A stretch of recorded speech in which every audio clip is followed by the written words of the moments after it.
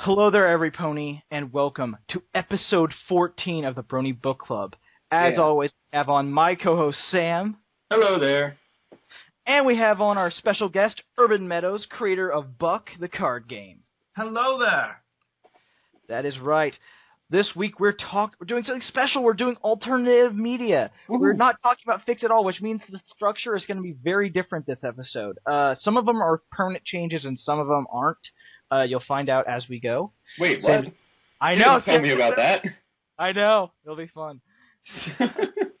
But as usual, we will be starting off with questions, but they're different questions this week. So first thing we're going to ask is, what is Buck, Urban? Well, Buck Legacy is a card game that I created. I produced it, and with the collaboration of about 12 artists, several musicians, web designers, and all sorts, we've created a card game which is a pony-themed adventure card game, role-playing game, fantasy, which is a fantasy theme. That sounds wonderful. Where to begin, really? So yeah, it is a collaborative game where you fight together, fight monsters, charm creatures, and steal treasure. That's your setup. That's perfect. So where'd you get the idea for it? The idea? Well, I was playing Dungeons & Dragons with a friend, and he really likes ponies, and so do I. And he wanted to make a pony-themed Dungeons & Dragons campaign. And he said, well, you're going to need this, and this, and this. And he passed me handfuls of manuals, and monster manuals, and player manuals, and I thought, this is supposed to be a game, not a maths test, anything like that. And I thought, is there a simpler way where I could just, have it all in front of me? And I thought, let's do it. Let's simplify a role-playing tabletop RPG, put it in a card format with ponies, make it cute. And there we go, Buck Legacy. Wow. Yeah, it's funny you mentioned that. I'm planning on doing a MLP RPG. I'm trying to GM one soon. We're doing a Legend of Zelda campaign right now, but we're going to get hell yeah. I know, it's fun. So, what other trading card games do you enjoy? Ooh, other trading card games? Well, I know it may sound childish, but I like Yu-Gi-Oh! Because with games like Magic the Gathering, which I do play, I believe there's a very extreme difference in player styles. You're either a complete novice or you're just ultra pro.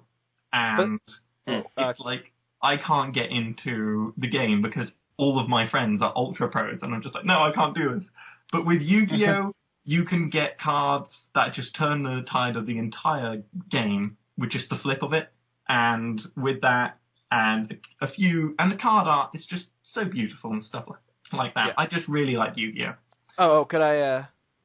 I'm a huge Magic fan. I love Magic Gathering. I'll just say, you're kind of right. You almost hit it perfectly. There are 3 general archetypes for Magic players.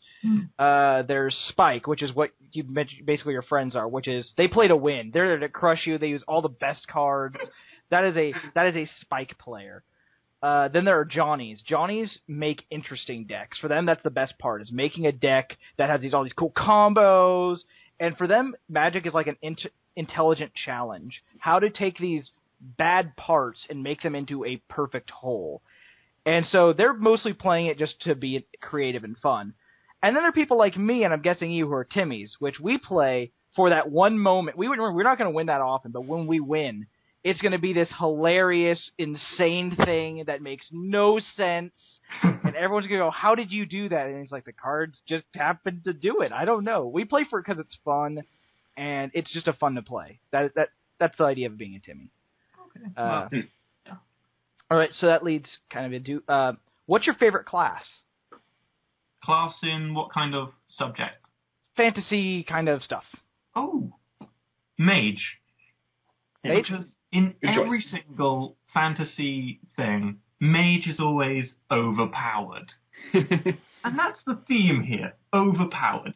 I don't like to run up to someone, I played Oblivion. Oblivion was the first role-playing experience I ever had, and it was like, I don't get this. I stab people with swords, I run out of stamina, they hit me with an axe, I die. And my friend said, try mage.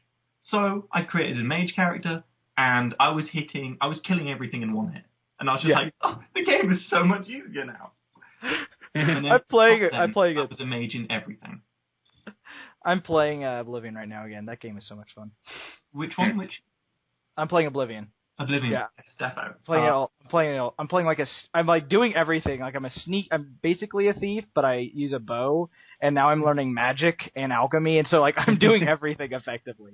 It's really fun. Other games where I took the mage and I just created sole mage characters because they're just so powerful. You put everything in intelligence, stuff like that. Dark Souls. Dark Souls is a mage character. Ah, yes.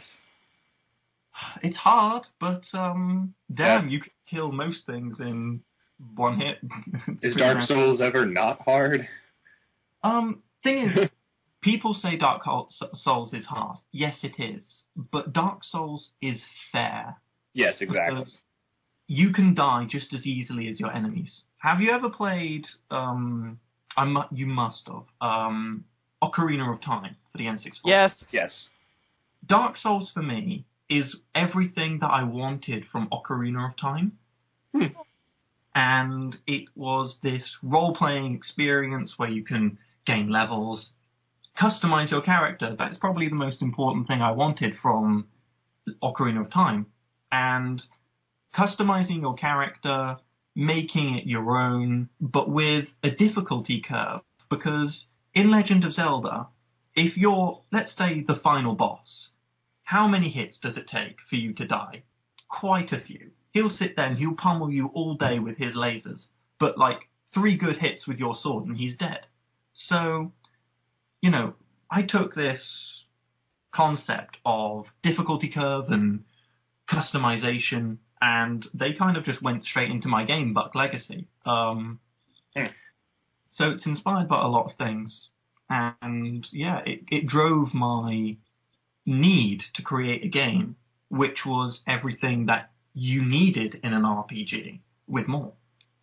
Okay, can I just quickly recommend, if that's how you feel about Ocarina of Time, I'd actually really suggest you play Skyward Sword. That game is hard, and it is actually very customizable. I mean, really customizable. Really? I had no idea. I need to play that. Well, because you have a finite amount of spaces for certain items, and so you have to choose which items you use in those spaces very carefully. So you can be it allows way more than Zelda ever. Oh, and you can upgrade your items and stuff. Oh, that's cool. Really awesome. Yeah, I don't know if I'm still debating with myself eternally whether I like Ocarina of Time or Skyward Sword more. And I don't know if I'll ever actually have an answer, but I think I'll need to play Skyward Sword to do that, because that sounds awesome. It is. And then my last question. In your game, can I be a bard? A bard? Yeah. There are 9 classes at the moment, but none of them are bard. However, and I say however, there is a expansion, because whether you believe it or not, people have already asked to pre-order expansions to the game before the game is even released. Wow. I believe that. Yeah, that sounds pretty crazy. And what people want is a bar to drink in, because everyone in every fantasy game wants a bar. If you've ever watched Lord of the Rings and all the deleted scenes, they get drunk every 10 minutes. It's crazy. Yep. It's really cool. And I thought, I'll put a bard in. I want to have skills where you sing songs and do stuff like that. And because I don't understand. Can you explain to me, Roy? Can you explain to me, what is a bard's purpose in a fantasy role-playing game? It depends. Generally, they're the jack-of-all-trades character more than a rogue. They can do some kind of spells, they can fight decently well, they're really good at skills, and they're probably the most social character. They're great at coming up with good situations. Someone once said, if you're going to play a bard, as a player, you have to be good at improvising. Don't leave the DM to do it for you.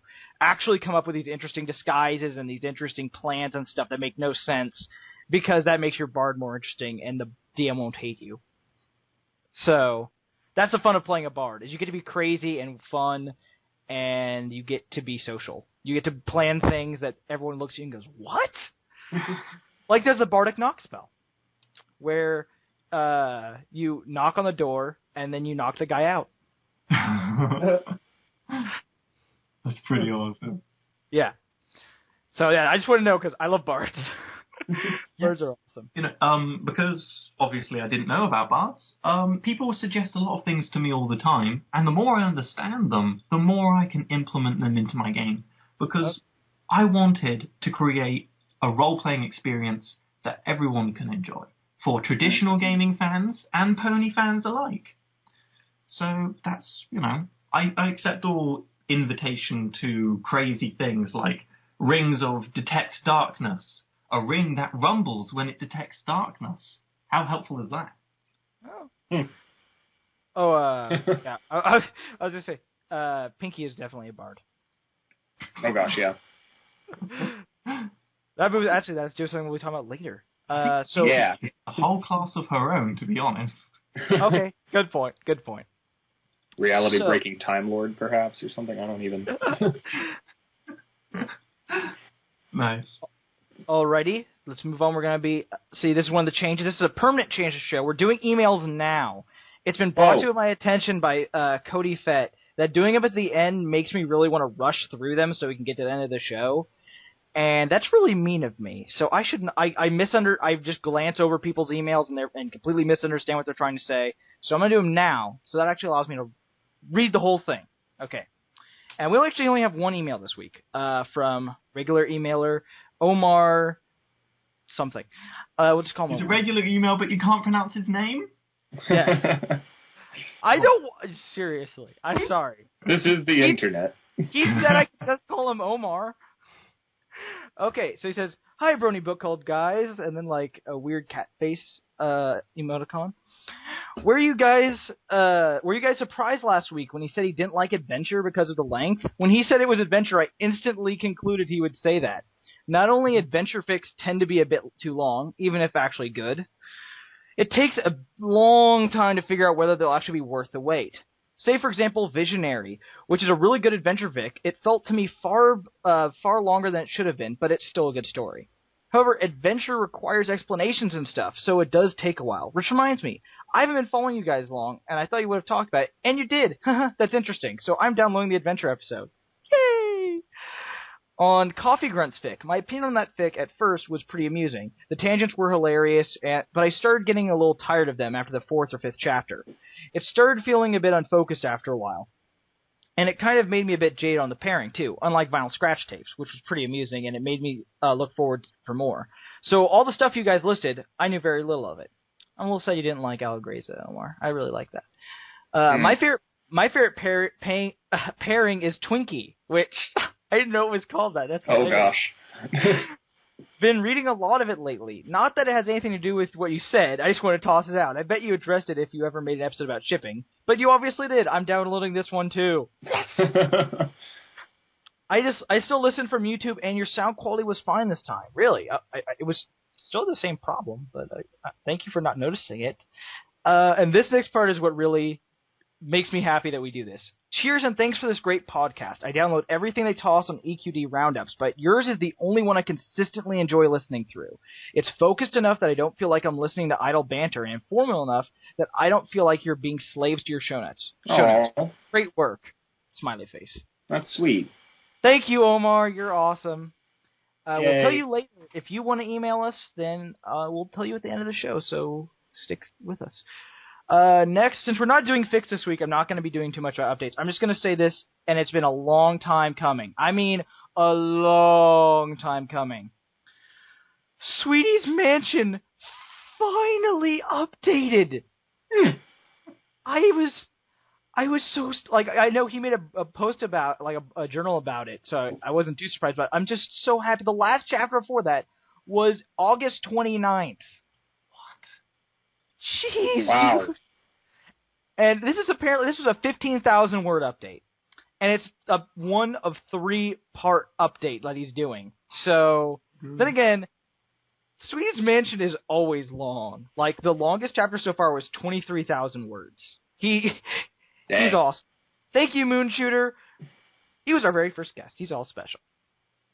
So now we are going to start recommending alternative media, which is the idea of this week. We're going to be talking about things that aren't fixed. We're going to be talking about the Tumblrs, the comics, the videos, the audio stuff, everything. So Sam will go first.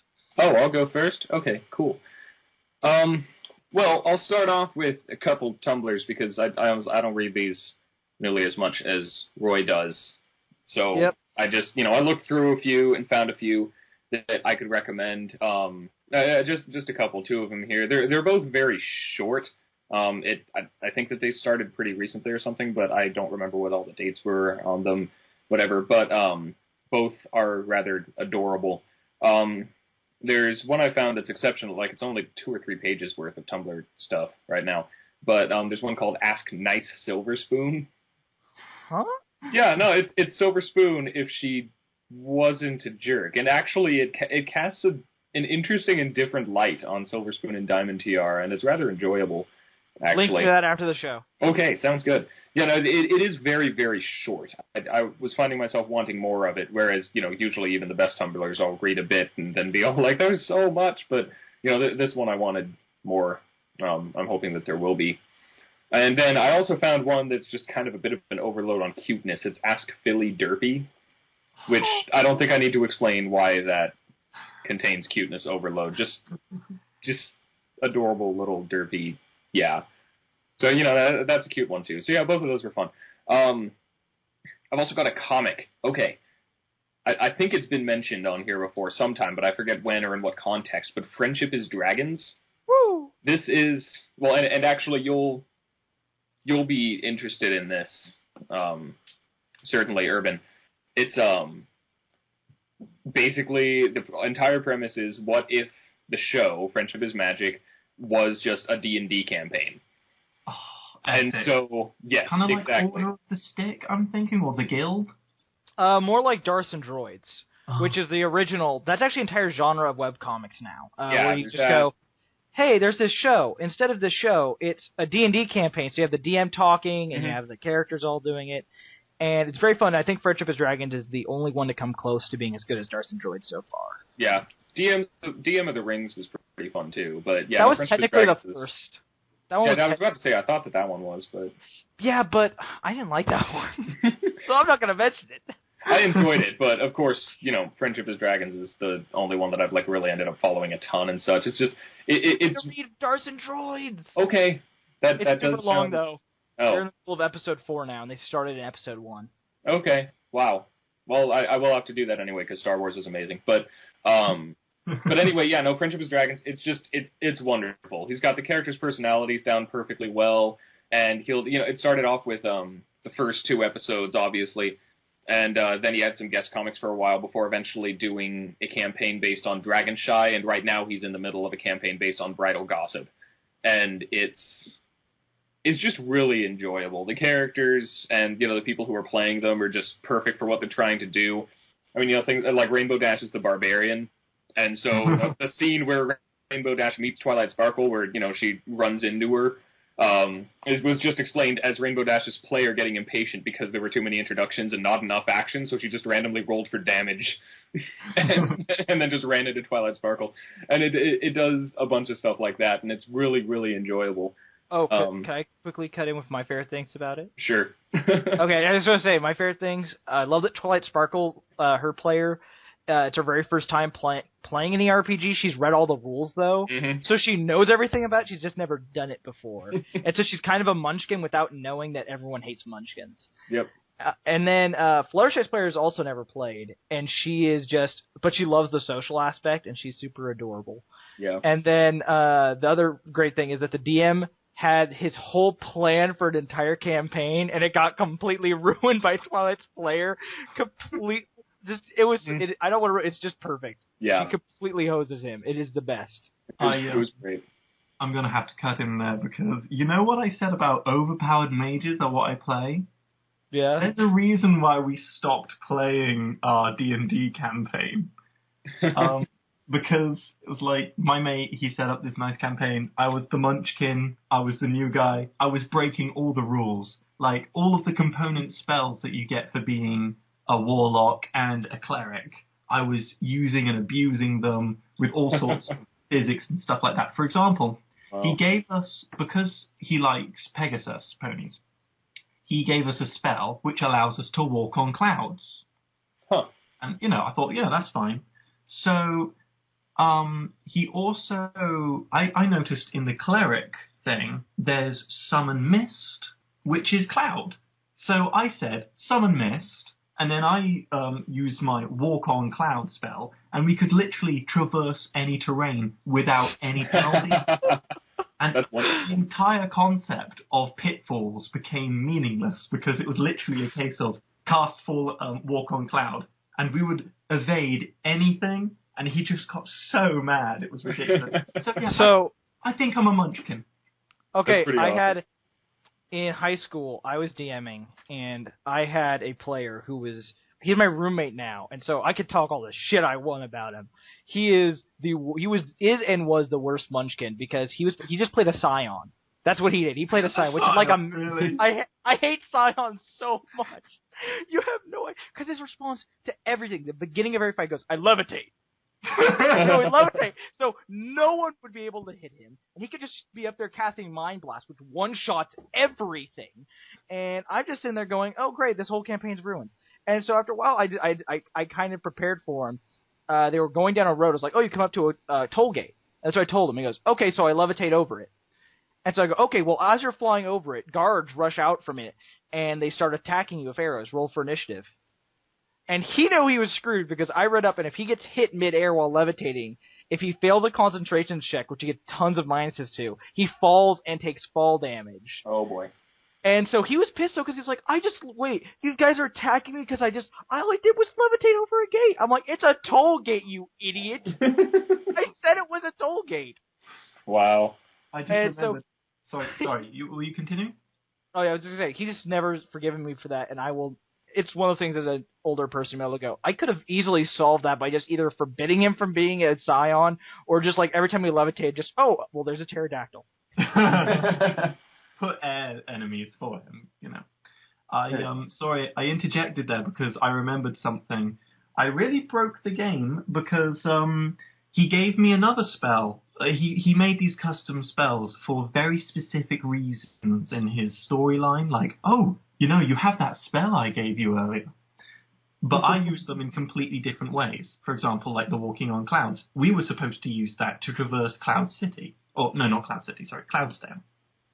But he gave me another spell, which allowed me to transform,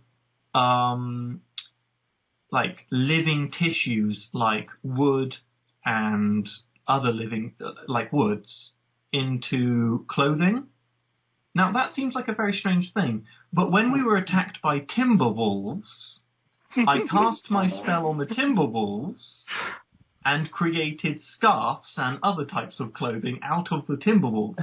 And then later on, I would then throw my clothing and then get the cleric to cast Dispel, and then they would transform back into wolves and kill all the other enemies that are around and stuff like that. I'm face palming right now. Oh, wow. That's great. Yeah. I was a pretty bad munchkin. That sounds like fun. So, we've been telling some DM stories. So, Sam, continue. Okay. So, yeah, Friendship is Dragons. Fun comic. Everyone should read it. Okay, and then music, too. I mean, there's obviously lots and lots of pony music out there. I could mention, like Eurobeat, Brony, and stuff like that we all know and love because they're awesome. But one that hasn't gotten nearly as much credit as they deserve is an artist called Ponyphonic. They've only done two different songs. You can find them both on, two original songs at least. You can find them on YouTube. The first is called The Moon Rises, and the second is Lullaby for a Princess. Both are relating to the backstory regarding Luna, Celestia, and Nightmare Moon. The Moon Rises is effectively... okay, first of all, these songs are wonderful. I mean, if someone did a stage musical or a movie musical for that matter of that story, then I would fully expect these two. I could see these songs at home in there.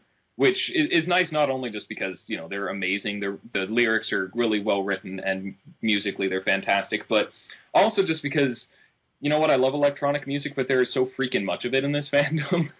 It's hard to find pony music that is not some form of, electric or dubstep or something like that. There's more of it recently, but there's still just so much of it that it's nice to see something that's not. Some ska. So there's some ska now, and I'm happy about that. Yeah, that's true. We've been branching out a lot. It's nice.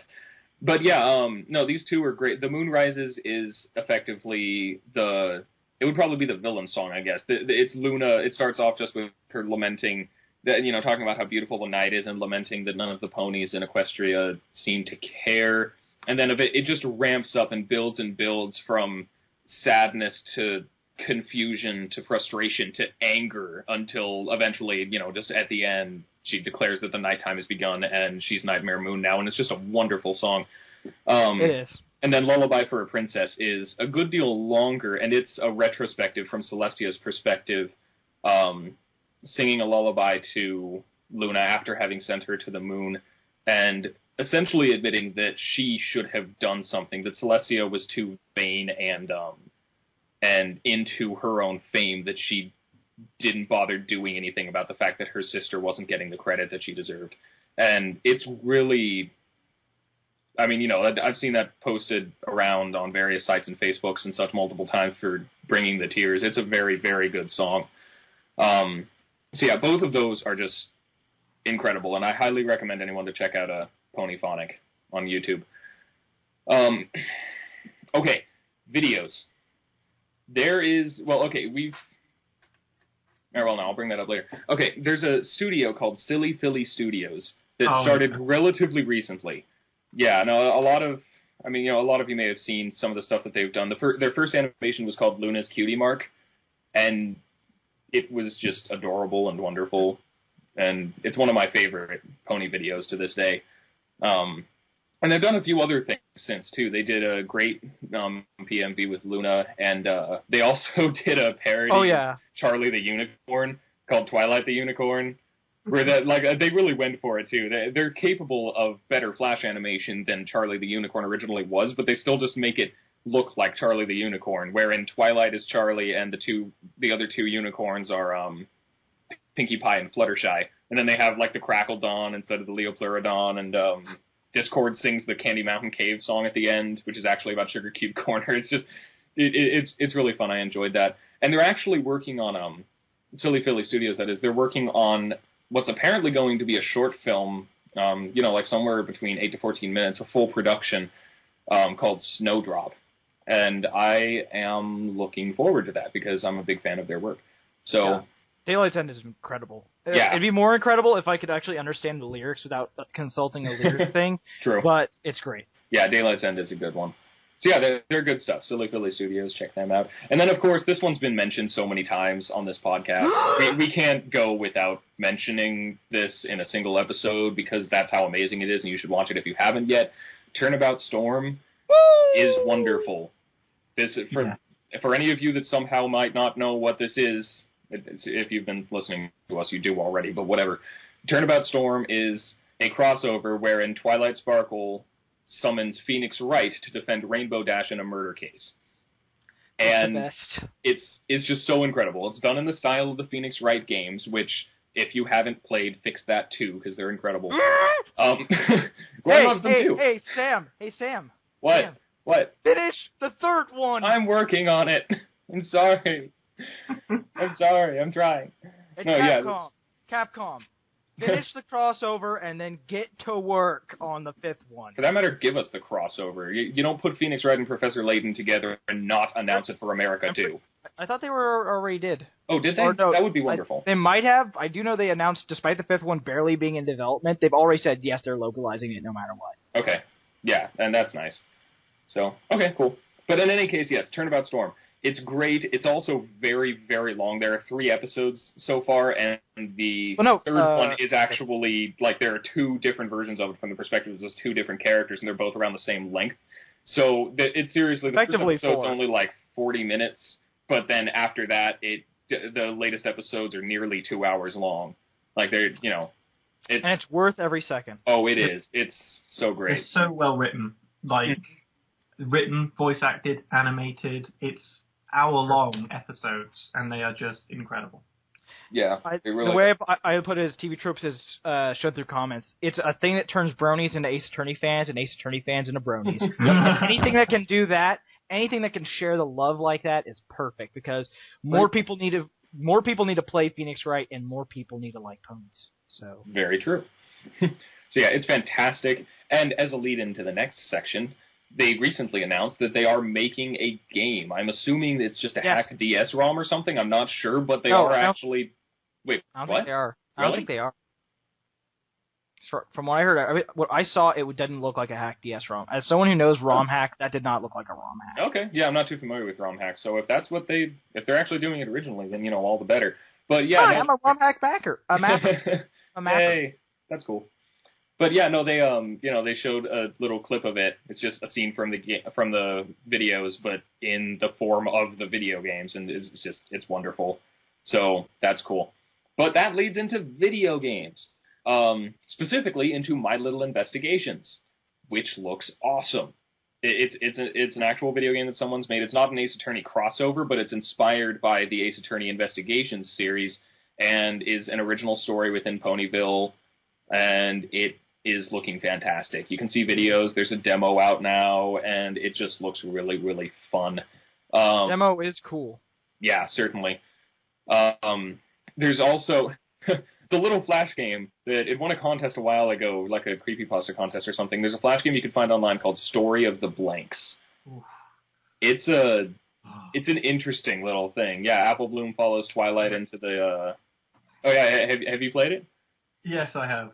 Yeah. And literally, it was a case of this isn't so bad. This isn't so bad. And then there's just one little thing. It's not a jump scare. It's just like.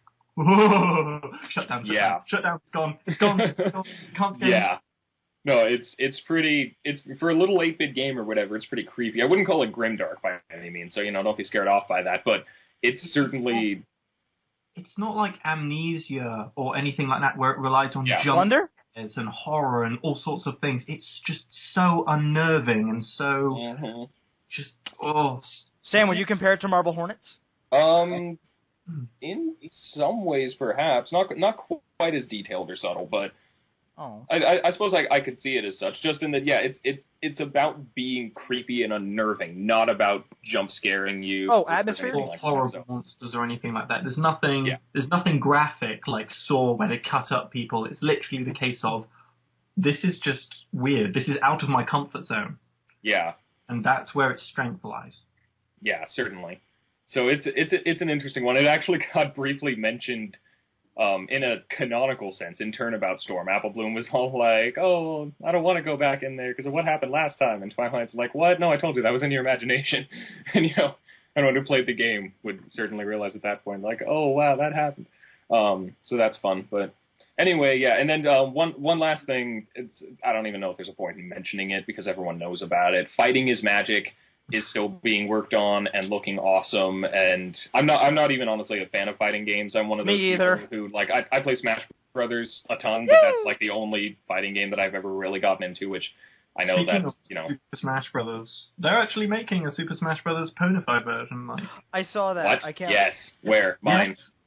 Yes. That already has all the main 6 and several background ponies. Mm. Okay, I am looking that up right now because that looks amazing. Or that sounds amazing. I love the idea, is the point. That's wonderful. Yes. So, okay, cool.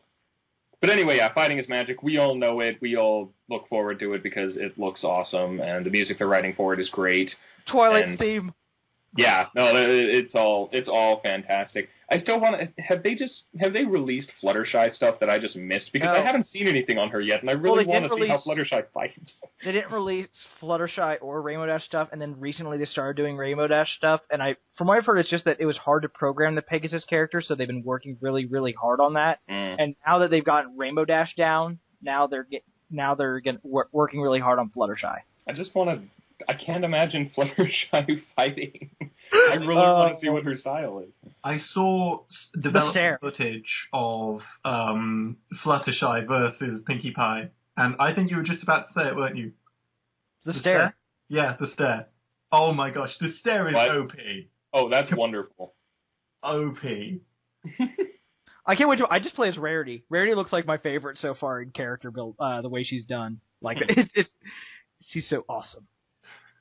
Rarity's always awesome. That's so awesome. Sam, is that the? Oh yeah, that's basically it for me. It's a long list, but I somehow doubt it's longer than yours, Roy. So nope. So Urban, do you have anything you'd like to talk about before I go? Oh, I'll just skim over a few things I've sort of learned about recently. So while I was finding artists to make card artwork for me, I found D. Huey, which is the moderator for Tired Pie Tumblr. I don't know if you're familiar with it, but it's it's so serene and so beautiful. D. Huey uses this, he uses paints on Photoshop canvas, and it's really, really beautiful. And it captures this sleepy atmosphere, which goes great with Tired Pie. And she draws a lot of artwork for me, and it's absolutely phenomenal. And the Tumblr blog, Tired Pie, is phenomenal. And so that's what I've noticed on Tumblr recently. And yeah, go ahead. I had plenty, but I think Sam's covered most of the things I probably would have mentioned if you'd given me the option. Okay. Yeah, I must say it was nice to hear you recognizing a lot of that stuff. That's always fun. I wanted to talk so much about stuff like the musicians, especially, because you said a lot about how there's no electronic. It's all electronic, and there's no anything else like ska and there is just not as much. And I have a musical artist called Centennial. I'm not sure if you're aware of his most of his works. I don't believe so, no. Centennial works on a lot of electronic stuff, and I asked him, would it be possible to make orchestral music and stuff like that? Because I wanted to make a video for it. And he made me several tracks which are absolutely stunning, and they're done in full orchestral musical scores, and it sounds like Two Steps from Hell, and phenomenal. Oh, that's amazing. Absolutely phenomenal. I'd like to be able to link it for you, because Centennial's works are amazing, and so happy to have him on my team. Absolutely, feel free to link that or upload it in the Skype conversation or something. I'd love to hear that. Brilliant. Okay. I think that's everything from me. Okay, let me step back here. All right. Oh boy. First off, I want to mention, because it's kind of related to Buck, is a lot of people have heard of Shards of Equestria, which those of you who haven't, it's shut down now, sadly. Well, kind of sadly. It was the idea they were doing a full Magic set, like play tested, of pony cards, like, in the Pony universe, as if the My Little Pony was like was another plane in the multiverse of Magic the Gathering, which I think is a great idea, and I want to do that myself.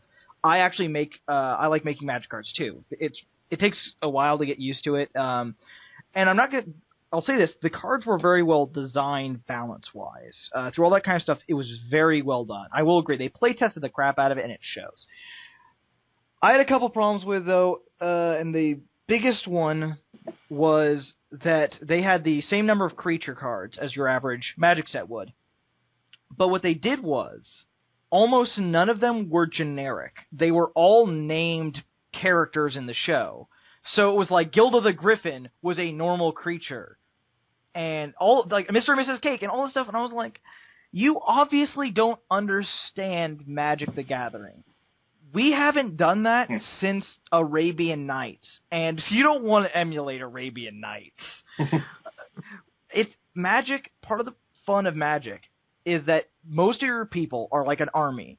Yes, they do have names if you bothered to look, but they might as well be this generic. They're cannon, not cannon fodder, but they're a role. There are a lot of people like them out in the world, depending on their rarity.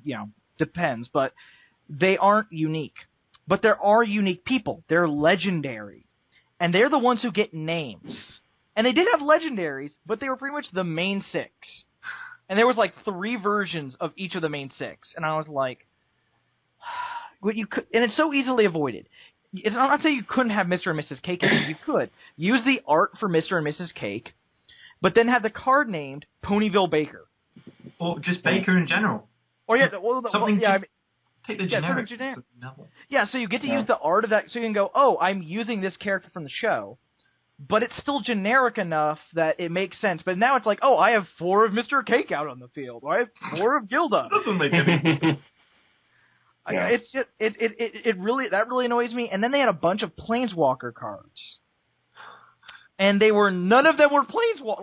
Like plausibly, they had Nightmare Moon, Celestia, Discord, and Chrysalis were all Planeswalkers, I believe. I think Luna might also been. There was, but I was like, okay, maybe Celestia or Luna could be a Planeswalker. Both, goddamn no way. There is no way in hell. Discord's kind of like an old school Planeswalker, like in that he's almost all powerful and that kind of stuff. I could see him as old school, but not new. They're way depowered. And what the hell, Chrysalis? How is she a Planeswalker? I was like, you just wanted to use the card type, and you didn't want to make original characters. Because I do love the idea of, like, a Planeswalker arising from Equestria. That would be awesome. Just like some they have the Spark, and they're now a Planeswalker. That'd be cool. Yeah. As I alluded to earlier, Hasbro sent them a shutdown notice, and they complied. The cards are still up there. You just can't download them to print out. I understand why. I'm not going to bitch at Hasbro about it. They did what they had to do. It was to protect their copyright and their name, and I don't blame them. Shards of Equestria. It feels more like Yu-Gi-Oh than Magic to me. That's just what I'd say. It's more like Yu-Gi-Oh than it is Magic. I know I mentioned earlier on that, the reason why I didn't like Shards of Equestria, I know it was great. Aesthetically, it was brilliant, and the fact that you could have your own deck with ponies, because Ponified everything is amazing. So true. They didn't create anything new. That also is what got me. They created nothing new. They just reskinned Magic the Gathering. And I was just like, well, you could have done so much with all your resources. You could have done something so much bigger. And you could have created something new and inspiring. See, what I would have liked is I've had a similar idea. I want to do a block. I want to do one of each, different sets in the Avatar universe with Magic cards. But you wouldn't, I wouldn't just be doing the same old thing. I'd be coming up. Because you can't just take the show and just make cards. You have to fill in the blanks. There's not enough stuff there for 3 sets. You have to make your own characters. You have to make your own art. You have to make your own stuff. You have to invent keywords. You have to fudge the rules a little bit. And they didn't. They didn't fudge the rules. They didn't fudge the art. They just added, they just put it in, they used a program. Mm-hmm. I agree with what you're saying. That I'm still saying that using Magic is a good idea, but you have to, every block of Magic adds something new. They don't just reskin it. It's just like, no, they have to do something new with it. Yeah. So, that's Shards of Equestria. Now, oh gosh. Actually, I'm going to do that later. I'm going to skip over that now because this will be a while. Next, I'm going to talk about some comics. There's 3 different comics I really like. First is called My Little Pony Friendship is Brilliant. It's a little while since update. I do think it's still going though. The idea being that after, besides the Elements of Harmony, they also was created the Elements of what is the full name? I think they're the Elements of Creativity. Yeah, the Elements of Creativity. And so there's the element of curiosity, diligence, courage, passion, forethought, and imagination. And it's about this new set, this different set of characters. And what really makes it work are these new characters. Like the main character, the Twilight XB, who is obviously going to get the one of imagination, is hilarious. She's just moved to Ponyville because she's got a writing job, and that's where they booked her to live for a while they write for their monthly magazine. And she's this person where you give her something small, and she's like, inspiration! And she'll start, listing off, this epic story she's going to do. But she's terrible at actually putting it onto paper.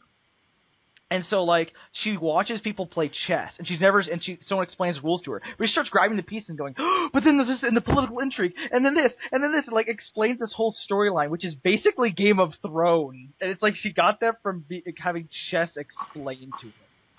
Huh. And all the characters are just like that. They're these really interesting characters. I want to see where they go with it. It's still in the beginning stages, but it is very good. I really like that one. Is that? Well, I'm looking it up. You view it on DeviantArt, right? Like it doesn't. Yeah. This is by T Princes. I hadn't realized that. That's the author. The author of a fan fiction called Scootalong Lou, Scootaloo fan fiction that I'm a big fan of. Yeah. So really? That's just cool. I recognize the name, and I'm like, what? So that's fun. That is fun. I will be reading that. All right, then there's also Gathering Elements. That is a really good comic series. Gathering Elements is about the whole Nightmare Moon incident. It's from the viewpoint.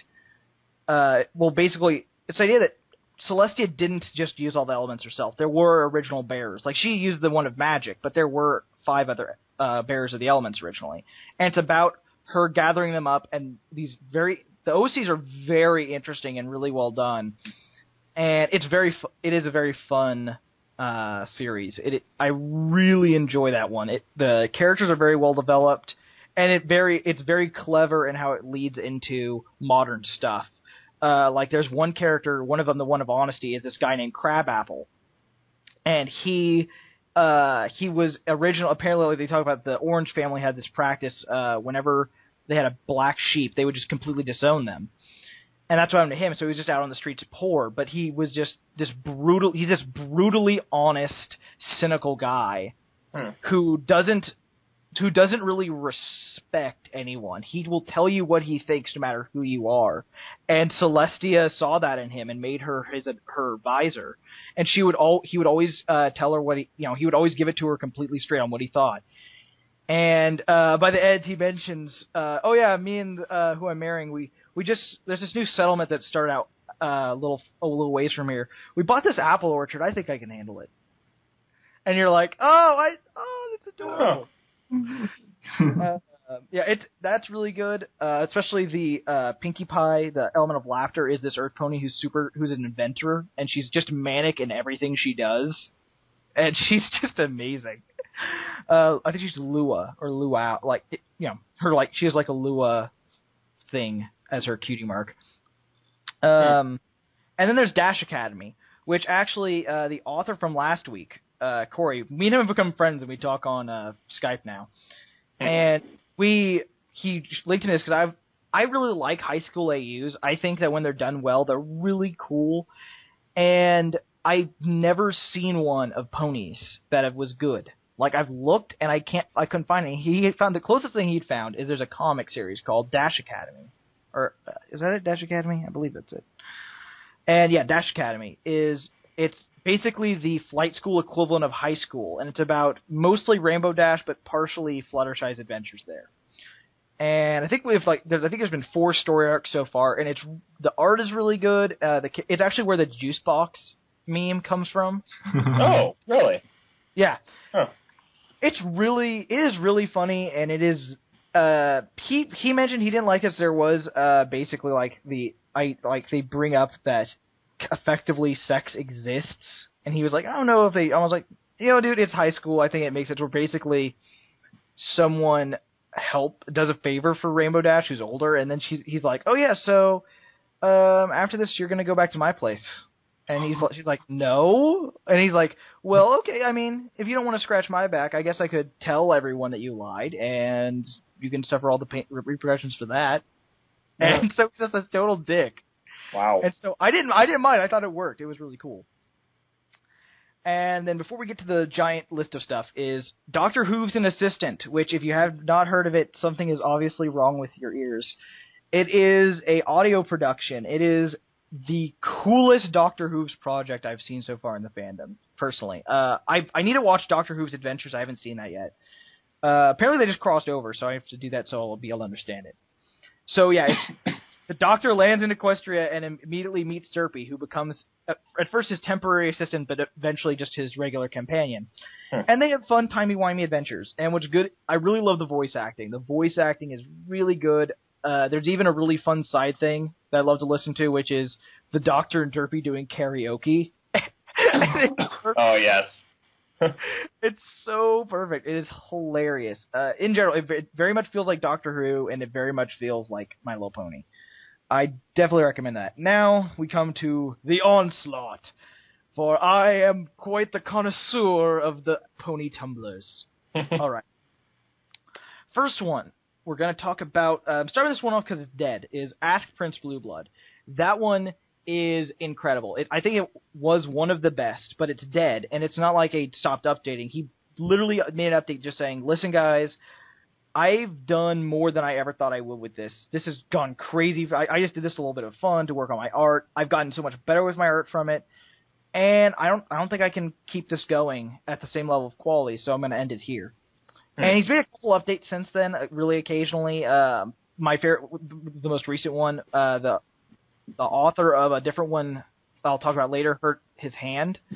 And so it was just the pony who is that tumbler. It was Blueblood petting them on the head going, "Oh, stop crying, you little slut." And then because he heard that author hurt his hand on the bottom, and just said, "What did I tell you about masturbation?" And it's just it's a tumbler of Blueblood just being this obnoxious douchebag, but you can kind of root for him because everyone else is so much worse. And it is just hilarious in his unlikability. It's so perfect. I love it. Especially he's basically Johnny Bravo. That's the best way to put it. It's just if Blueblood was Johnny Bravo. It is simply fantastic. After that, there's the Ask the Pie Sisters. This one is, as it would sound, it's Pinky's sisters have their own Tumblr. They go by, we don't know their real names. They refuse to give their real names because it's the internet. So they call themselves Inky, Blinky, and Pinky. And they're like, "Pinky, we told you not to give your real name." She's like, "But I ended it with a Y." And so Blinky is very outgoing, and she loves science, and her cutie mark represents that. It's a gold ore, because gold is used so much in science and innovation and everything. And then Inky has a geo cutie mark, and she's very shy, and she doesn't like talking to people, but when you get to know her, she has inner beauty. Inky's my favorite. Who? Inky's my favorite. Inky's everyone's favorite. Inky's amazing.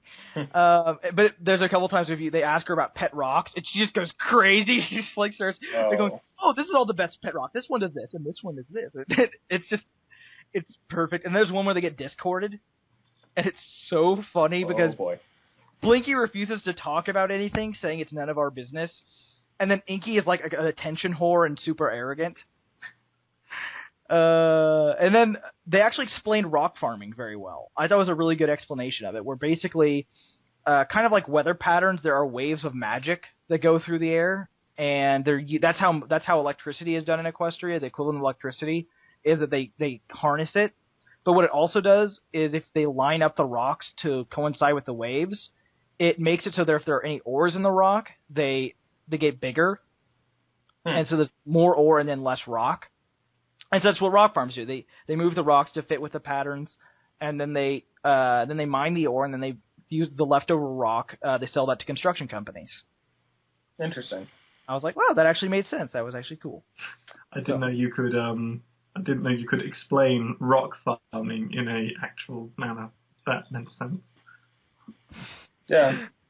That is one of the cooler explanations I've heard. I know Fallout Equestria had an explanation as well, and I think a few other fics have tried. Oh, related news to what you just said. Remember we mentioned when Kavande was on, there's that fic, Flight of the Alicorns, that we have to read, both of us, that's like a novel. Right, that is actually printed into a novel. Seriously? Yeah, and there's a page for it, and the more people ask for it, the less it'll cost per person. So I'm telling you, you have to go on there. Please go on there and comment. I'm getting one. You need to, apparently for enough people, it will literally be like $30-something with shipping, and counting shipping, because he's not making any profit off of it. He's doing it production plus shipping, and that's how much you pay. That's the magic of Lulu.com for you. It is awesome. Okay, you'll have to give me a link to that if you can. I think that'd be the best way to read that too. Yeah, no doubt.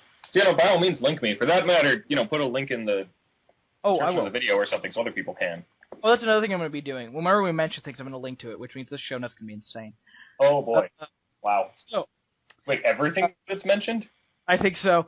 This episode is. Oh gosh. Okay. Have fun with that, guys.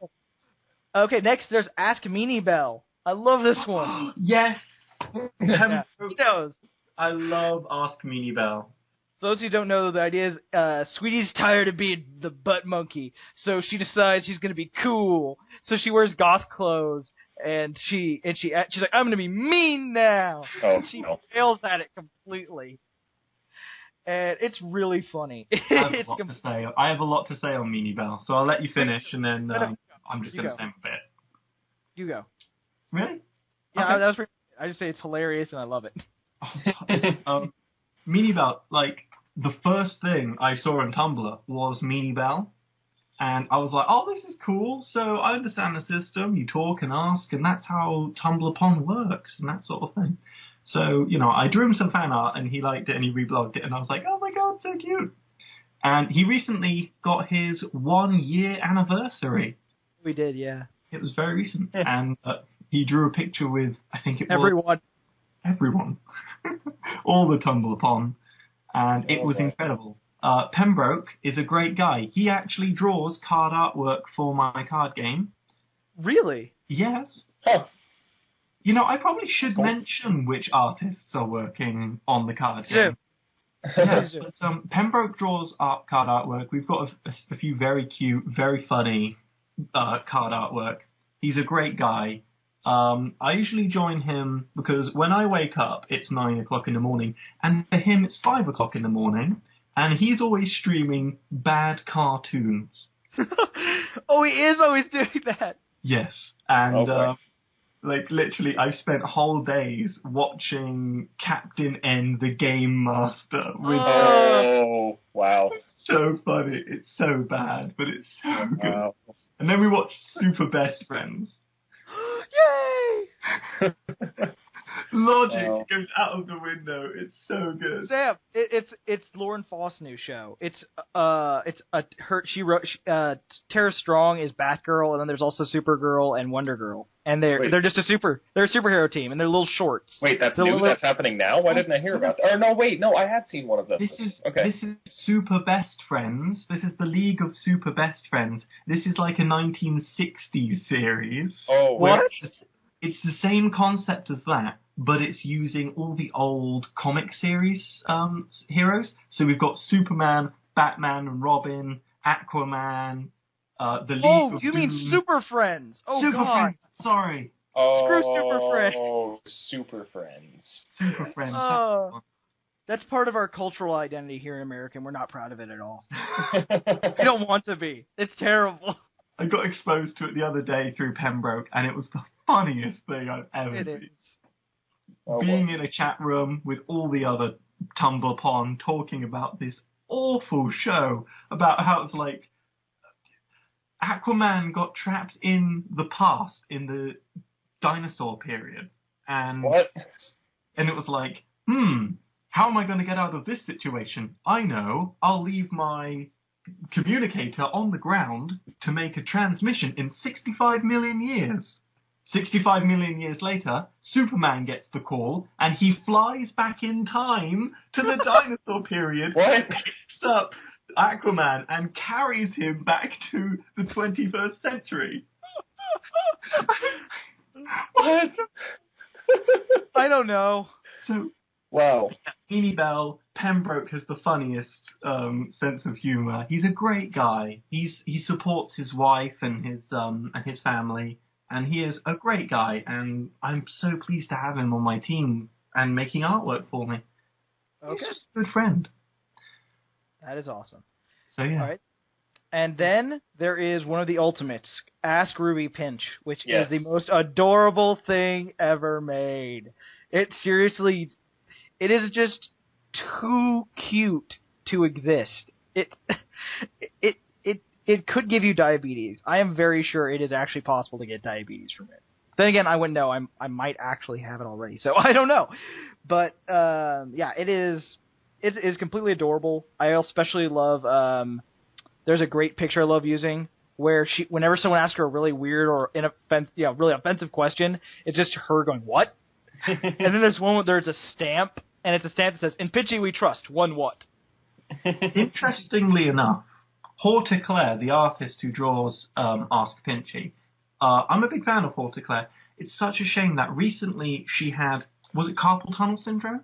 That's what I was talking about earlier. That's the update Blue Blood did, where because the artist of Ruby Pinch, got hurt his wrist in some way. That was it, right? Hurt his wrist. Yes, she was out of commission for quite a while, and everyone was giving her get well soon Pinchy, and the diabetes was strong in this one. It was ridiculous. But she's back now, and she's updating, and it's literally to the point at which it's so cute. It is physically painful to. I can't explain it. You have to go and watch it yourself. You do. I was just going to say, that's what makes it hilarious. It's just Blue Blood holding on to Ruby Pinch with bandages on her hand going, "Oh, stop crying, you little slut. What did I tell you about masturbation?" Wow. For Blue Blood, that's very nice. Yeah. Very nice.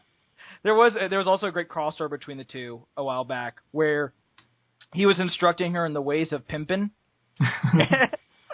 And then he's trying to give her advice. It's like it's like this, and Pokemon. And then he's like, "Oh, look at that!" He points to Berry Punch. "There's a fine looking one. Look at her flank. Yes, you'd get a lot of money from her." And then she just like, "That perfectly good whore is my mom." And she's just what? He's just like, "Who says whoring can't be a family business?" It's so perfect. That's so inappropriate. It's so good. And then there's exactly my humor.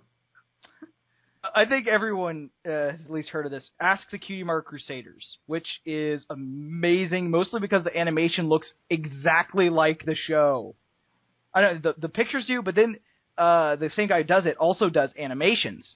You've probably seen them on YouTube. They're fantastic. I mean, it amazes me how much like the show. The one I think Sam has seen it. It's from the series that there's a huge crossover between all the Tumblrs called Vocational Death Cruise. Right. And he animated one where they're waking up and the Cutie Mark Crusaders have all, because of Poison Joke, they've switched species.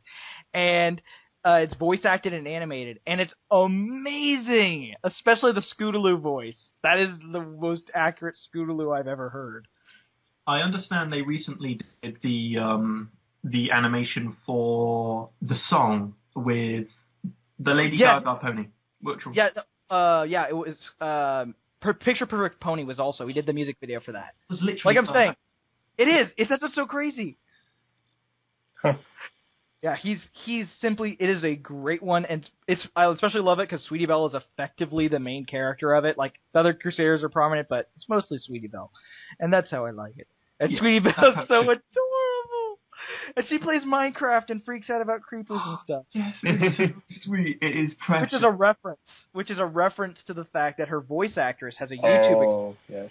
And she's 8 years old, and she plays Minecraft and Slender and Let's Plays about. She did a Slender Let's Play, and it was adorable and hilarious. Like, she was trying desperately not to freak out and just randomly saying things in Sweetie Belle's voice to try not to freak out. Oh my god, I need to see this. Yeah, I love everyone's comment. You need a better computer. Sticky that link, because I need to see that. I will. But everyone has to comment on there, like, you need a better computer, because her computer's, it's like, when she's playing Slender, it's basically a slideshow. Oh yeah, it's ridiculous. The lag is so bad. Okay, so there's that. Ask the Crusaders. I'm just going to say, you know the BronyCon documentary? I've heard of it. I haven't seen it yet. Well, of course, it isn't out yet. It is? Okay. They collected money on Kickstarter, and they had a tier, which was, if you give $10,000, you get to sit down and have a meal with John Delancey and Lauren Faust. Yeah. Ask the Crusaders was the guy who purchased the £10,000 thing. He was his +1. So he sat down at the dinner table and had lunch with John Delancey and Lauren Faust. That is amazing. That's not fair. All of my jelly. Okay, so next is Ask Hot-Blooded Pinky, which is incredible. It is the weirdest thing ever.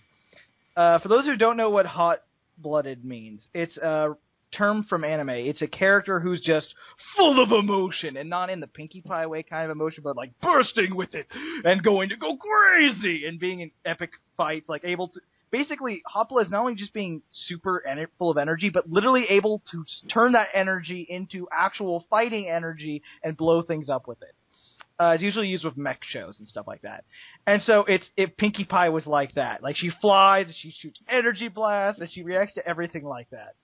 And it's hilarious. And the art is incredible. Oh, yeah, were you going to say something? Yes, I did want to mention something. I was going to let Sam talk. What? I didn't start talking. Oh, really? Sorry. Not that I'm aware of. Well, I was going to say, I said very nice and I begged him quite a lot, and UC77, the moderator, agreed to give me one picture for my card artwork. And I will actually link that for you, and you can post it wherever you like in sort of the video description or something like that. But it's called Giga Drill Breaker. Oh. And yes. Oh, and Horticlaire said that I can use the Pinchy coin. That is going to be a symbol for money in my game. That's amazing. That's awesome. That's adorable. From there's also Carrot Top's Garden, which I think it might not be the only, but it's one of the only Carrot Top tumblers, and it's pretty good. It focuses on her and having to live with Derpy and Dinky, and she's very much the only sane mayor of everything. And the art is really weird, where it's only lines and it's all different. It's like looks almost like it was done in colored crayon, like something like that. It's very interesting. I very much enjoy it. It's very good, especially there's a story arc for Sister Who Social is really good. And it's just and there's another one where like what was she doing in the old West town in Over a Barrel, and it's a story about why she was there and what was happening. It was actually a really good story. And yeah, it's a very adorable blog. I've just followed it. Why not? Okay. Then there's if you haven't heard of this, you should have. It's called Disorderly Conduct. It used to be two different blogs. Tumblrs. It used to be one for Discord, which is Disorderly Conduct, and there used to be one for Chrysalis. But they've since merged together into one because they were crossed over with each other so much anyway, because I think they're drawn by the same person. And I don't know if it looks exactly like the show, but it looks really close. And it's just hilarious to follow Discord as he does very crazy things, and Chrysalis is just annoyed with him the entire time. And he just loves trolling the crap out of her. It's very funny, and of course I love the punny title. You got to appreciate puns. On the subject of puns, I'm just going to mention TJMC, the moderator of Pirate Dash. I've never read that one. Pirate Dash. I'm not sure. Pirate Dash is surprisingly popular. It is a very cool little unique Tumblr where it's Dash, but a pirate. And it's awesome. She drinks exactly rum, what it says runs around, and makes stupid amounts of puns. TJ is to puns like what bees are to honey. They just create puns constantly. People say that Pun Pony, the Tumblr for Pun Pony, is the main. It's just like they're so opposed because they both make puns and they're both at each other's throats trying to make puns, and it's ridiculous. Wow. Then there's Ask Human Luna, which is a really good one. It has really good. It's a humanized universe of the show, and it follows Luna trying to cope with modern day life, and she is adorable. But it's following her slowly going down the darker side again and trying to stop herself. And it's really great. And then I definitely have to mention, for Nightmare Night, there is a special post with all of the characters dressed up. And she's dressed as Cora. Blue Blood is dressed as Johnny Bravo. Chrysalis is dressed up as Freddy from Nightmare on Elm Street.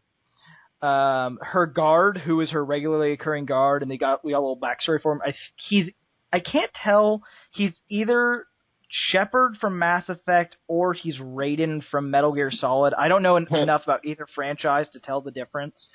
Wow. And then Discord is Ludwig von Karma from Ace Attorney. Oh, wow. I would say, though, my only complaint so far has been that... and I do like that sometimes it's overly sexual with the fact that... not overtly, but it's just like, Luna is bisexual and she sleeps with everyone. Except Blue Blood. Fuck Blue Blood. And then... Did. I would hope not. I know, yeah.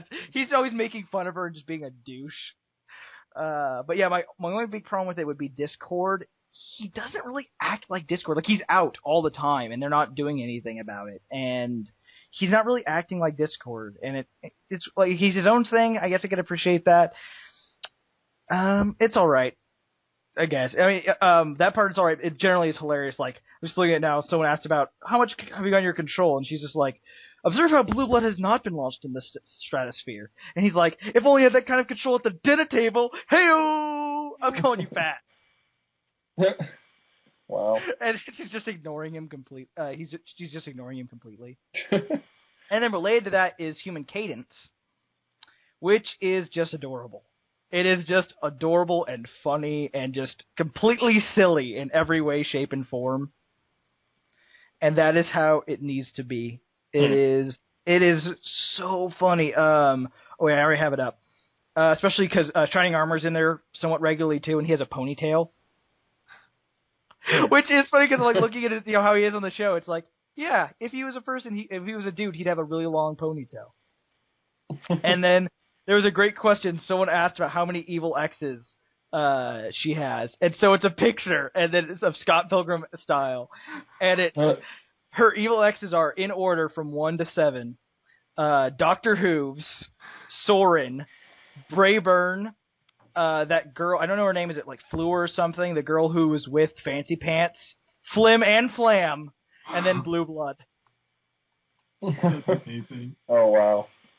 Blue Blood is the Gideon, and it's so perfectly done. And it's just generally really funny. And the mod is completely one of the nicest people I've seen. Like, she is just really kind and really loves answering, and she loves that people care, and she's so adorable.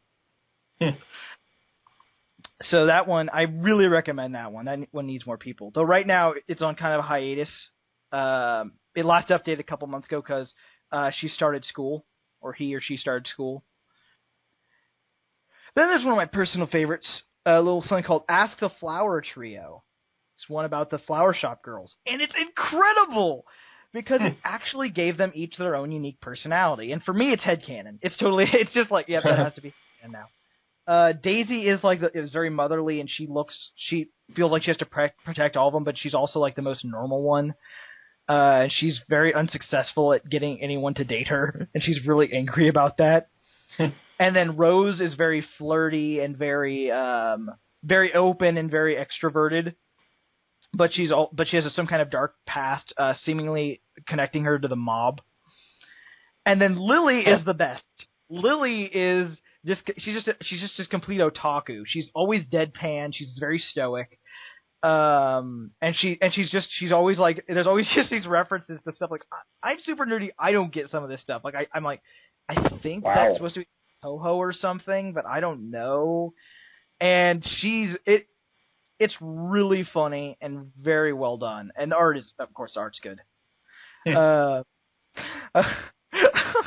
I'm now just looking at like some of Lily's hilarious. Like, they're trying to imagine how she'd react in situations, and it's a robber breaking in. It says, "Oh, you're robbing a flower shop? How lame! Flowers go back, moron!" And it's just her complete deadpan expression looking at him like that. And it's really great. That one is super duper extra highly recommended.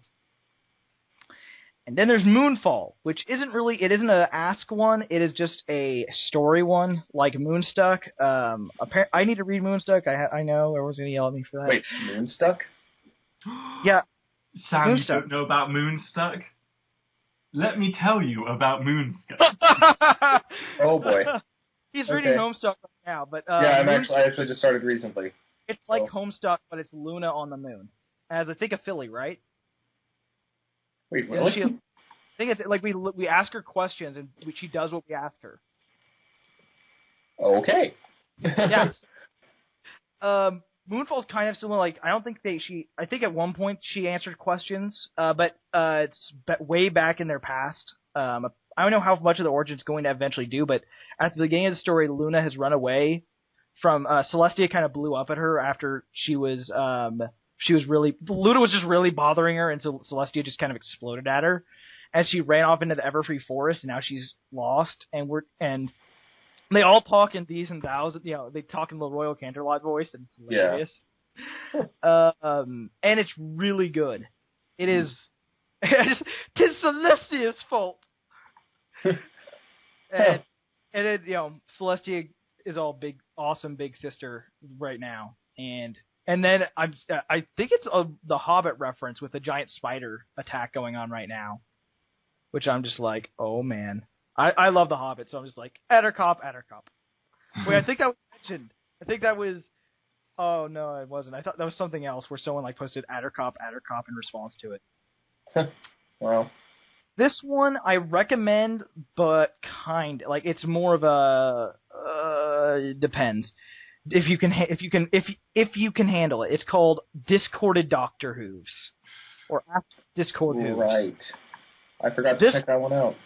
You should. Okay, Sam, I definitely say you should overall. If you don't know that much about Doctor Who, it might not be for you. If you can't take the fact that Doctor likes to bone ponies and is angry that he likes it, but it's never explicit. It is very obvious his lewd thoughts and his flirting and going back and forth with people. And it's dark, but it's never like other stuff is dark. It's dark in the fact that, oh my god, the Doctor just hit Derby. He discorded, everyone got discorded in the season 2 beginner, so it's what if the Doctor was discorded? So he's this cowardly, chauvinist guy who doesn't take credit for anything, he doesn't want to help anyone anymore, he thinks it's terrible, and he is kind of a terrible person, but he's still the Doctor. And you still don't. He has moments. He basically falls completely in love with Twilight, and his relationship with her is his biggest redeeming point. And the problem is, he doesn't think he's entertained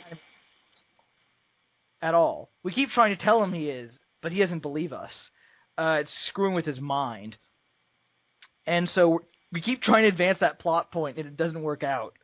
But yeah, it is really good at crossover with a bunch of stuff. It's generally just plain hilarious. I mean, really. So I would really recommend that one. That one, if you can accept the things I said, definitely go with it. But at times you are just like, the Doctor just beat up Derpy. Yeah. Another very story-based one that doesn't answer questions that often is Slice of Life, but that is really up there, one of my favorites. It is just a couple of years after current Friendship is Magic, and it's basically so the two cake twins, they're now about the same age as the Cutie Mark Crusaders are now, and so it's just the adventures of that household and what happens to them, and it is hilarious, especially Pumpkin is hilarious. Or is it? Yeah, I think Pumpkin is the girl, right? I think Pumpkin. Yeah, I don't know. Yeah, but the way she goes to talk to her parents, it's just like, Mom, Dad, let's dialogue. She's like a chart. It's just me not getting magic lessons, the chance of me being eaten by a bear, and it goes up, and she's just like, let me tell you a story about a little girl. She did not get magic lessons, and then she was eaten by a bear. That little girl. And she's just insanely adorable and crazy. She's so dumb. That's why she's so perfect. It's really good. And it definitely doesn't go in the ways you'd think it would a lot of the time. And I really recommend it. It is incredible. There's a weird thing. Apparently, Snips and Snails became a freaking giant buff badass. Oh, wow. Yeah, like, it's so weird. And, like, it has to be seen to believe. I won't spoil it. And then relating to last week, there's Ask Vinyl and Octavia, which the base idea is just Vinyl, and Octavia just moved in with Vinyl, and now it's just their daily event. The art isn't, like, incredibly good as some of the other ones are, but it's functional for the jokes, and the jokes are what makes it great. And the fact that it updates super often. Like, it pretty much updates every day. Wow. And it is completely adorable and hilarious. If you read between the lines, it's decently obvious that they're together, but they never make explicit, never, like, outright. I think they might have outright said it, but for a while they kept it hidden. Though there was, like, the great question someone asked, "Hey, Vinyl, why is it you think that everyone thinks that you're gay?" And her response was just her waving a rainbow flag. Huh. Why do people think that? She's like, I don't know. Let's see here. Oh yeah, then there's Ask the Original Berry Punch, because there are a ton of Berry Punch ones. This one, there was a weird hiatus for a while the author was going through bad times, and still is, and apparently their house got hit by a hurricane, so I donate money to help. If I'd be really glad if other people could too. And so what's going on it's just Berry Punch and her life, though partially also the life of her daughter, of Ruby Pinch, having to deal with her, because I mean her mom's a drunk, and she got married to Colgate, and that was I actually like that just because I was like, wow, Colgate actually has a personality now. Because besides that, I mean, I never know what to make of Colgate. She's one of the only background ponies where it's like, I don't really... she's a dentist, I guess. Yeah. I base everything I believe about Colgate on the brushy pony platforming game. There's a brushy... Have you played the pony platforming game? No. The Pony Platforming Project, it's a Flash game where you play as Applejack, and later on there's a version where you play as Colgate. You need to play this game. It is a 2D platformer. I love platformers. I love 2D ones as well. Yep. You are Colgate, and you're running around a forest, and your weapon is a levitating, because you're using your horn powers of telekinesis, it is a giant toothbrush. And you have a varieties of combos that you can stab and swing and throw the brush. But probably the most amazing factor about this game that makes it truly unique and stand out from all the other platforming games and projects is the clock up mode. You hit a button combination and you hold it down and you charge all of your energy into clock up, and it just goes clock up. And time freezes, and you run at super fast pace, and you destroy everything. It is so visually amazing to watch and to play. Awesome. Need to play that. Pony Platforming Project, Colgate's story. All right, so Sam, if you haven't read this next one, you need to. It's called Ask Gamer Ponies. It's the main six in an AU where they're gamers, and it's all modern, It's basically, what if all video games that we have existed there? I took extensive notes. It's amazing. The notes are, so Fluttershy is super competitive. There's like she's just a beast.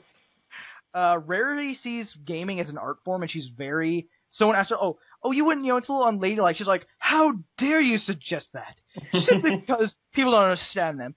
There are, I see the gems of the game world. So she mentions like her favorites are Portal, Shadow of the Colossus, GoldenEye, and Okami. I like her. And then she hates Castlevania 2 with a passion. And she's just hilarious. Like she is that. Like they even do a reference to the show at one point where someone asked about fighting games. She's like, I'm not a big fan of fighting games. I'm more into action adventure RPGs. But I'll destroy you at Mortal Kombat. That's awesome. Whenever dumb people yell at them over Xbox Live, they gather the elements and teach them a lesson. Oh man, wouldn't that be nice? They shoot the beam at them through the Xbox, and it makes them see the error of their ways. Oh man, all the do you know who the moderator for that Tumblr is? No, I don't. Because it's either Sally or Flav and Bagel. Either way, they're awesome. It's Flav and Bagel. Flav and Bagel. utter legend. You need to Really? speak to... He is absolutely hilarious to talk to. Him and TJ are like... Look, I saw a picture of him in real life dressed as the Doctor. It's hilarious. Okay, now, excuse my lack of Tumblr experience, but this has been annoying the crap out of me, because, see, you keep telling me about all these awesome Tumblrs, and then I need to go to the bottom and press next page or previous or whatever a million freaking times. Is there a way to organize a Tumblr in chronological order instead of reverse chronological order? Slice of Life has that. There's a link in the side that does it chronological order. None of the other ones do. What I do, okay, so I go to the second page, and then I go up to the top. I mess with the URL, so I go to page 10, and then if it isn't the end, I go to page 20. Yeah. I just do that over and over until and then you'll get to a page that doesn't exist. You just hit back until you get to the beginning. Yeah. That works really well. Okay. All right. Yeah. Pinky is Jewish, though that might have just been a joke. I don't know. I think the idea that Hervey Jews is kind of hilarious. Fluttershy has completely mastered all Pokemon. It's like someone asks her a Pokemon, she's like, I didn't think it was that hard. She's like, opens a Pokemon, and goes, can you come in? And they all just jump in. That's awesome. Applejack loves Madden, but the sportiest game the rest of them will play with her is Wii Tennis, which I approve. That's awesome. I approve of Wii Tennis. Yep. And then Applejack is the best at the fighting games. She's a beast at them. And I just those are really good characterizations. Yeah. I really love that. That's fun. I especially just love the rarity thing. It's so adorable. Oh yeah, no, and of course you know me, I'm certainly a fan of any character that sees what games as art. So. And then there was a great thing. Apparently there was this big thing where everyone switched artists for a day, and that one couldn't find one, so instead they just played a joke where they're like, okay guys, we're quitting video games. We're going to do board games now. No, not even like tabletop games. Board games. And then the next day, so everyone's saying these questions, no, don't do it. And they were actually asked questions about board games, and Rainbow Dash, she was the one who pulled the price. She looked at her and was like, oh my god. I can make them believe anything I want. Oh, boy. And then related to that, there's Ask Gamer Luna. I'm not as much into that one. That one's all right. And that's this weird thing it kind of devolved into a tangent with, where Celestia somehow got turned into a filly. And it's led to some really hilarious little jokes and stuff. But yeah, it's decently good. The art for that one is really good. Moderated by Sally. Absolutely amazing. Sally's a guy. He's brilliant. Okay. Yeah. I think I mentioned this one on a previous episode, but I have to anyway. Ask Changeling Lyra. It's this idea that, Lyra is a changeling. And there is an original Lyra who has her own Tumblr, like someone else, where Lyra is a professor of anthropology in Canterlot and has never been to Ponyville in her life. And that the one we see in Ponyville is Lyra, the changeling. And it does some really interesting stuff with the changeling mythology. Mostly, I love the idea that changelings aren't really born; they're created. They convert other things into changelings, and the mythos stuff is really cool. And Lyra's stuff, like with her moral dilemma over everything she does, she's very nice and you sympathize with her, but she's stuck in this very bad area. Where she's being pressured, she can't even post anything against subordinate, because if she does, I mean, Chrysalis will kill her in a second. And the only weird thing is that a lot of the updates aren't art. A lot of them are text, but there are art ones mixed in. And then another one. This one is completely story based. There is no updates via asking anything. Is called Heartstrings, and Heartstrings is awesome. It's Lyra just wakes up in the forest one day, and it's implied that she used to be a human, but she has complete amnesia. And she knows nothing about ponies. She's like, what am I? What is going on? And Bonbon takes her in, and it's her trying to find out what's going on. And it's really good. Simply put, the art is fantastic. It is, and it's really funny. I mean, really funny. I approve of anything to do with Lyra. Yay, Lyra! Literally, she is the best pony ever. I think Blue Blood is best pony, but she's pretty good.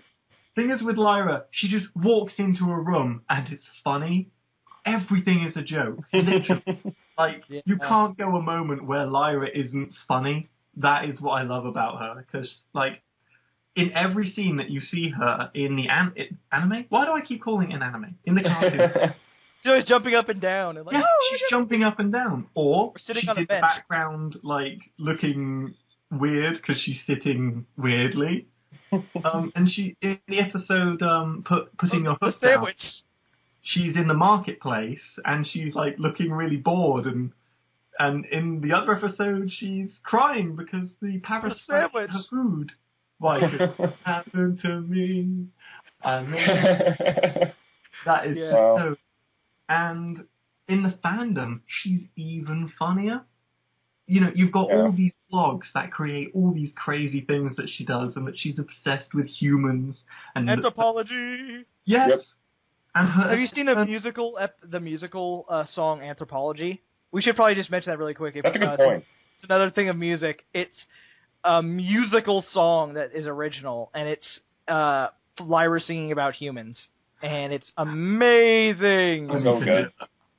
The same person also did another musical song of Rarity having to leave Canterlot for Ponyville, and it's decent. I like the Anthropology one a lot better, but they're both pretty good.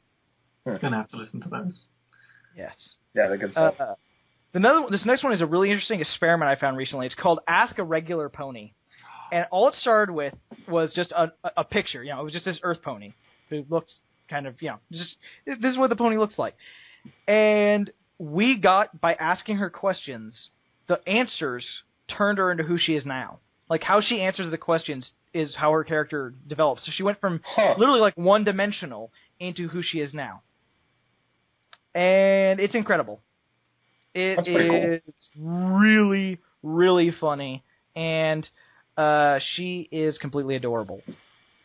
Moderated by DJ. It's incredible. Like, the artwork is just so cute, and it's its own style. It doesn't follow the G4 rules. It's its own unique twist. It changes every so often as his art grows and develops, and it's all about growing and developing. As you said, asking questions makes the pony more interesting, adds more elements to their personality, stuff like that. So it's all about development and growing. It's good. Yes, I love the regular pony. She doesn't even have a cutie mark. I shipped regular pony, Reggie, with Choco Pony, Chocolate Pony. Oh, Chocolate Pony. They got married. They did get married.